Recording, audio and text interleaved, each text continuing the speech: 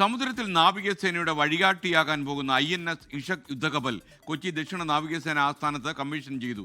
നാവികസേനാ മേധാവി admiral Dinesh K Tripathi അധ്യക്ഷത വഹിച്ചു. അടിയന്തര സാഹചര്യങ്ങളിൽ 40 രോഗികളെ വരെ ഉൾക്കൊള്ളാൻ കഴിയുന്ന രീതിയിൽ കപ്പലിനെ വേണമെങ്കിൽ ആശുപത്രിയാക്കി മാറ്റാനും കഴിയും. ഇതുൾപ്പെടെ ഒരുപാട് പ്രത്യേകതകൾ ഈ യുദ്ധക്കപ്പലിനുണ്ട്.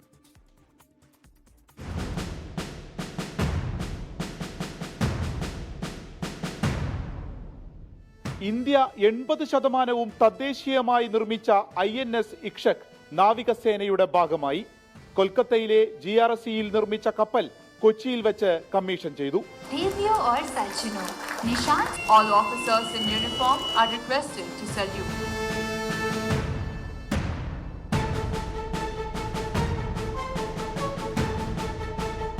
As the 10th platform to be commissioned by the Indian Navy in this year, 2025, Ikshak represents yet another milestone, not only for the Indian Navy, but also for India's shipbuilding enterprise and our national maritime vision. Ikshak, a new dawn, a new saga.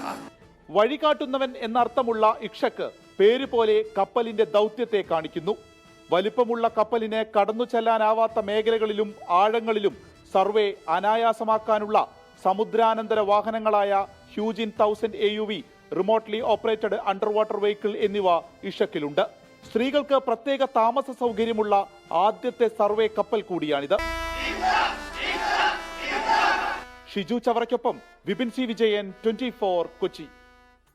ലോകത്തെവിടെയായാലും ഏത് സമയത്തും 24 വാർത്തകളും augmented reality പാക്കേജുകളും എക്സ്പ്ലെയിനറുകളും വിശദമായി കാണാൻ ഞങ്ങളുടെ YouTube channel നിങ്ങൾക്ക് subscribe ചെയ്യാം.